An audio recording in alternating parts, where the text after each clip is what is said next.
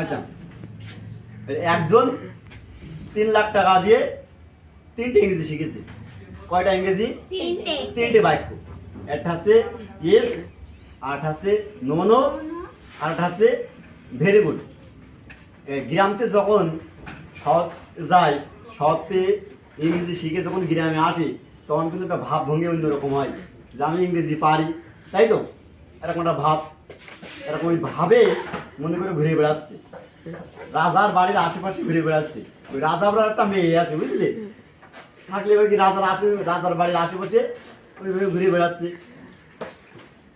ওই দিন ওই রাজার শখের ঘোড়াটা চুরি হয়ে গেছে। কিন্তু ও আছে রাজার বাড়ির পাশে ঘুরে বেড়াচ্ছে। রাজার লোকজন এসে জিজ্ঞেস করছে, তুমি কি ঘোড়া চুরি করেছো? কাছে ইয়েস। কাছে তোমার সাথে কি কেউ ছিল? কাছে নো নো নো। কাছে তাহলে তোমাকে বন্দি করা হলো। তখন ও কাছে ভেরি গুড। তার মানে কি এই যে ইংরেজি শিখতে হবে, কিন্তু তার আগে প্রয়োগটা শিখতে হবে যে কোথায় কোন বাক্যটা প্রয়োগ করবো। নাহলে কি হবে, রাজার হাতে রাজার সৈন্যদের হাতে বন্দি হয়ে যাবে নাকি?